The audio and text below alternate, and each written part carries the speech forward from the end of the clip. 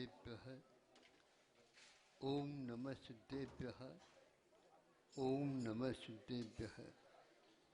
अहिंसा परमो धर्म की, आचार्य गुरुवर श्री कुंद कुंद भगवान की, आचार्य गुरुवर श्री ज्ञान सागर मुनि महाराज की, आचार्य संघ की।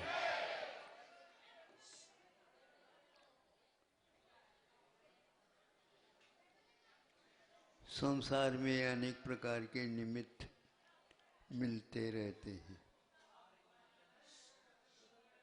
और उससे अपने उत्पादन में योग्यता के अनुसार कार्य भी होते रहते हैं। उन निमित्तों को जुटाया भी जाता है और निमित्त कभी कभी जुट भी जाते हैं। ऐसा ही एक निमित्त है।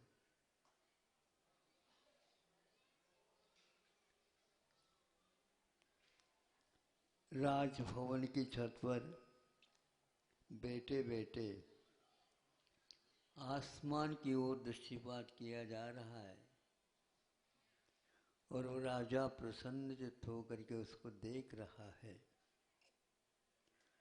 भिन्न भिन्न आकार के बादलों की घटाएं और मंद गति से वो स्थान से स्थानांतरित भी हो रहे हैं, लेकिन वो इतनी मंद गति से है कि ज्ञात नहीं हो पा रहा है कि वह चल भी रहे हैं। राजा के मन में आया इस दृश्य को घटाओं के जो भिन्न भिन्न रंगों से आकार प्रकार को लिए हुए हैं और एक स्थान से दूसरे स्थान की ओर जा रहे हैं, तो इसको देख करके वह एक कागज के ऊपर उसके चित्रित करना चाहा।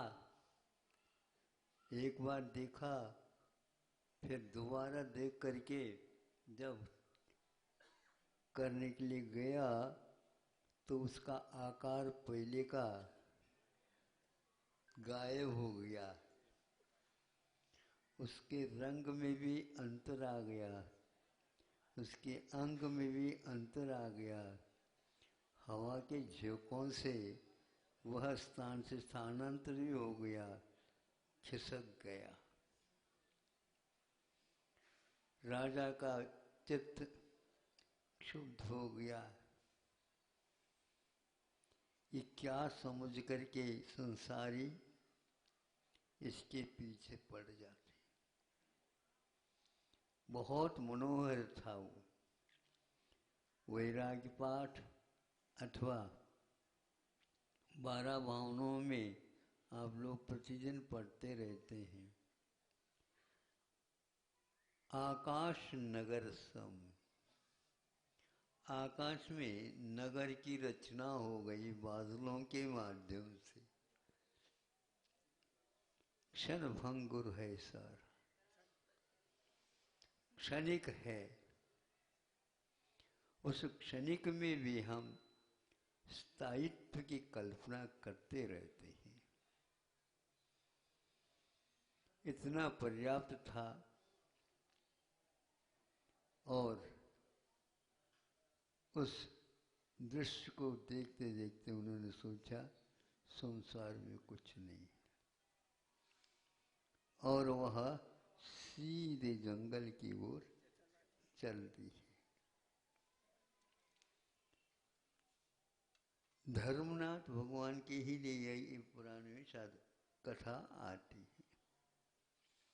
इसके ऊपर काव्य भी धर्म शर्माभ्युदय ऐसे नाम से लिखा हुआ मिलता है। देखने को तो सभी लोग दुनिया ही देखती रहती है ऐसे घटनाओं को, किंतु राजपद त्याग करने की भावना भी ऐसे निमित्तों से हुआ करती। वैचित्र है, इसको बोलते हैं प्रत्येक बुद्ध। आचार्यों ने इसका, इस वैराग्य का नाम प्रत्येक बुद्ध कहा, जो निमित्त से बिना उपदेश के उस दृश्य को भी हम वैराग्य के लिए, उपदेश के लिए कारण मान सकते हैं, मानते हैं। क्षणिक है यह परिकल्पना नहीं, किंतु क्षणिक वस्तुतः है, हम उसको समझ नहीं पा रहे। गतिशील पदार्थ एक स्थान से दूसरे स्थान पर जाता है, कितना आंगन है या आकाश का बड़ा आंगन है, और सूर्य 12 घंटे में इसको पूर्ण कर लेता है। सूर्य वैसे है चल रहा होता है, लेकिन देखने को मिलता नहीं। सूर्य तो देखने में मिल रहा है, लेकिन सूर्य की गति हमारी नजरों में नहीं आ रही है। किंतु इस ओर उदयाचल है तो इस ओर अस्ताचल है, दोनों विपरीत दिशा में, दोनों दिशाएं हैं, और वह उसको पार करता है। डूबने की प्रक्रिया और उदय की प्रक्रिया ये प्रतिदिन घटित हो रही है। और यह अब देखो जीवन ढल गया है, जैसे सूर्य भी ढलने को है। सूर्य ढलने को है, इसको देख करके किसान जल्दी जल्दी कर्मचारियों से काम करवाते हैं, ताकि व्यवस्थित हो जाए, कल का कार्य और चालू हो जाएगा। इसी प्रकार कई व्यक्ति इस दृश्य से बहुत कुछ पाठ लेते हैं। ज्ञानी जीव इसका यह उपयोग कर लेता है कि कर्म की निर्जरा के योग की भावों को करके वो हमेशा हमेशा निरीह भावों से, वृद्धावस्था में भी निरीहता नहीं आ पाती और जवानी में भी निरीहता आ जाती। ये केवल दृष्टि भेद है, और इन निमित्तों के निमित्त से वह जीव इसका उपयोग कर लेता है। कर लेता हुआ दूसरे भाव में उसका फल भी तात्कालिक पा भी लेता है, और वह स्थायी एक कारण बन जाता है उसको। उस निमित्त के कारण जब तक मुक्ति नहीं हो तब तक के लिए वो इसी प्रकार के निरीह भावों के साथ संसार में रहते हुए भी संसार से भिन्न अन्यत्व का भाव जगाता रहता है, और वस्तु के बारे में क्षणिकत्व को लेकर के परिणाम को क्षणिकत्व के रूप में देखता हुआ वह अपने जीवन को यापन करता है। इसी को संवेग ऐसा शब्द दिया गया है। वेगों में कमी आ जाना संवेग कहलाता है। संक्षेप से उद्वेग भी आ जाते हैं, आवेश भी आ जाते हैं, और संवेग भी आ जाता है। उद्वेग से अनर्थ घटित हो जाता है, तो संवेग से अनर्थ घटित होने वाला हो वह रुक जाता है। यही एकमात्र निमित्त के जुड़ने से हमारे भावों में परिवर्तन आ जाता है। सद्गति के लिए भी कारण इसी प्रकार बन जाते हैं, और दुर्गति से बचने के भाव भी इसी प्रकार बन जाते हैं, और मोह के कारण दुर्गति के भी दरवाजा खुल जाते हैं, और हमें उसका दुर्गति का फल भोगना पड़ता है। अब विवेक से, चिंतन से,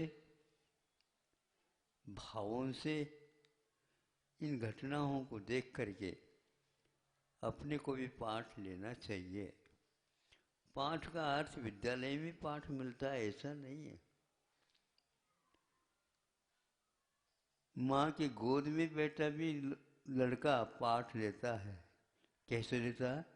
तो वह दूध पिलाते पिलाते यदि मान लो चुटकी बंद कर देती है तो वह भी पीना बंद कर देता। ये चुटकी बजाना अनिवार्य है ना, ऐसा कहता। बिल्कुल है ये।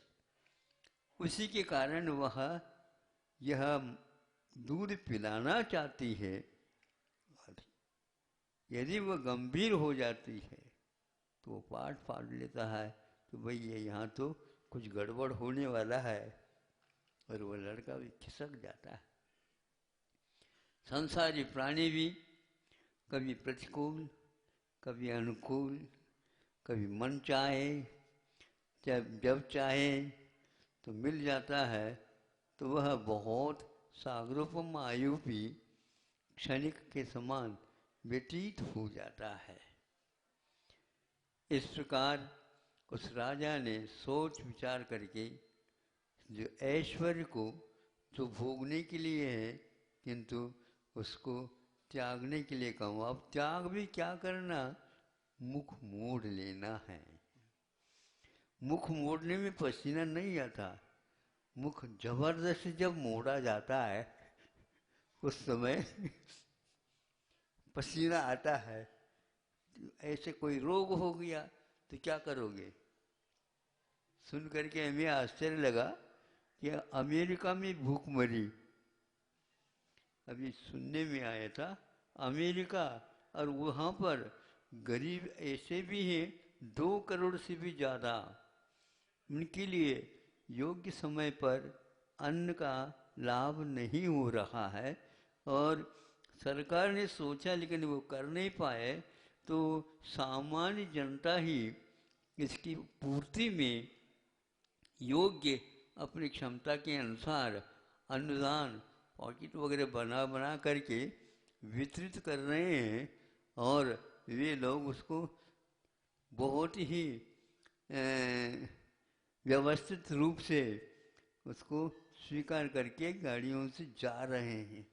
ऐसा सुन रहे हैं, कोई भी इसमें कारण और कुछ नहीं, समय पर वितरण करने योग्य चीज संग्रहित ज़्यादा हो गई और वह व्यापार की अपेक्षा से हो गई होगी, तो फलस्वरूप करोड़ों की जनता आज भूखमरी से त्रस्त हो गई है।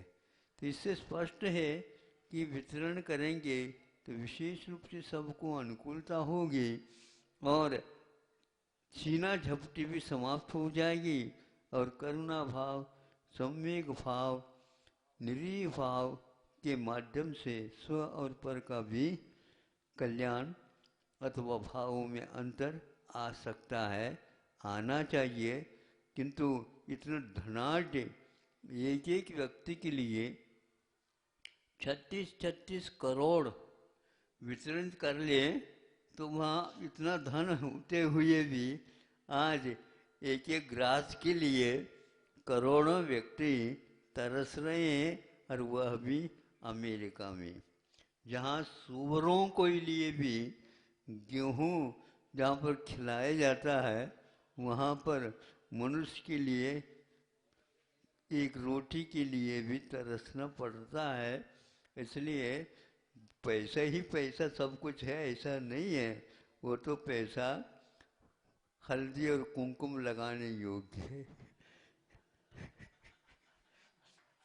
उसको भीतर रखो और उसको तिलक लगा दो और अच्छे ढंग से दरवाजा बंद कर दो, और मैं इसका स्वामी हूँ।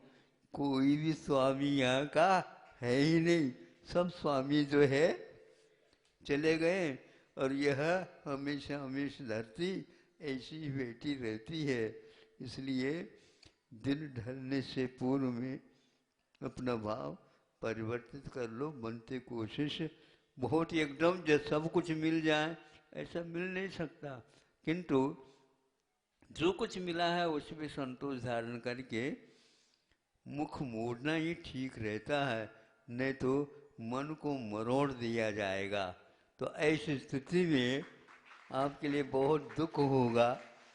आपको दुख न हो इसलिए धीरे से ये उदाहरण याद रखो। ये धर्म सर्वाभ्युदय का ये कथा है, अहिंसा परमो धर्म की।